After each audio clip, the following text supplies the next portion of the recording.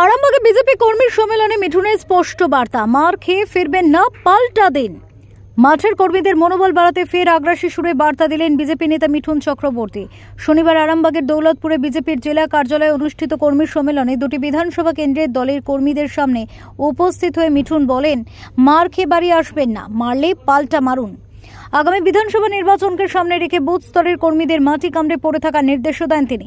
পাশাপাশি দলের মধ্যে কোনো অসন্তোষ বা অভিযোগ থাকলে সেগুলি যেন সরাসরি তার কাছেই জানানো হয়, সেই কারণে সম্মেলনের মধ্যেই নিজের হোয়াটসঅ্যাপ নম্বর কর্মীদের মাঝে বিলি করেন মিঠুন।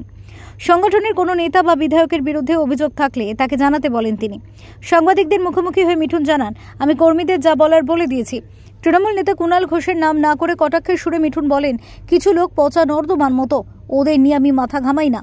বিজেপি রাজ্য রাজনীতিতে ফের নতুন করে তৎপরতার ইঙ্গিত দিল মিঠুনের এই মন্তব্য এবং অবস্থান।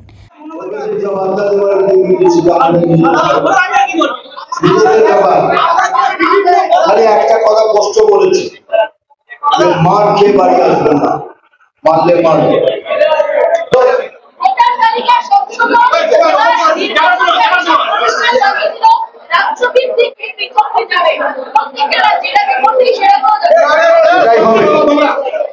সেটাই হওয়া উচিত, তো সেটাই হবে। কমিশন যেটা জানিয়েছে সেটাই হবে, ডেফিনেটলি হবে।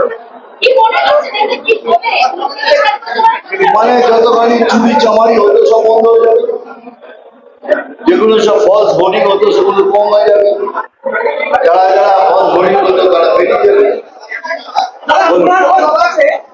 আপনি কোন চ্যানেলের? হ্যাঁ, আপনারা একটা তুলুন আর এখানে আসবেন না মারবেন। এই লোকটার নাম নিলে আমার না, এটা একটা পচা নর্দমা। এই পচা নর্দমার সাথে আমার কম্পেয়ার করবেন, যান আপনি চলে যান।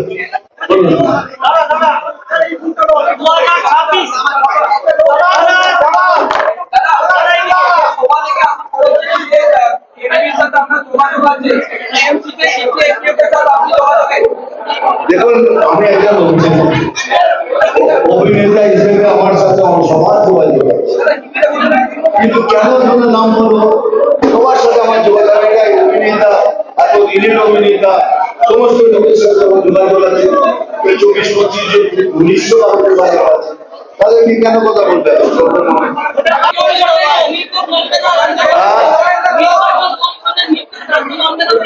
রাজ্য কি মানবে না, সবাইকে মানতে হবে, রাজ্য না হলে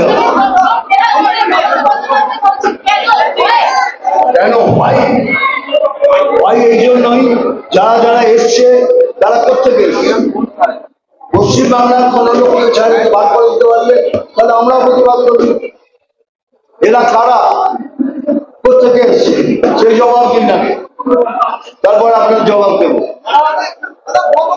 তবে এটুকু বলেছি, সেগুলো বলেছি, এই সরকারের দুর্নীতির কোনো ভাগ নেই, যেটা কথা মেয়েদের, আমাদের মায়েদের ইজ্জতের কোনো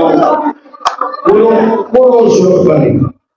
সেই রাজ্যের নেতৃত্বকে কিছু বলার আমি মনে করি না।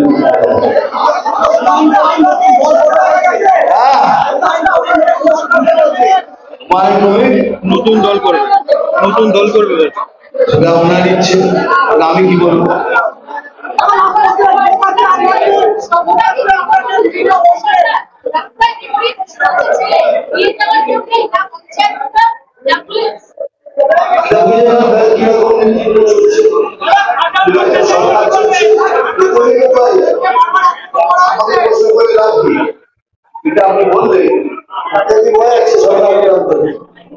Bureau report, live news TV.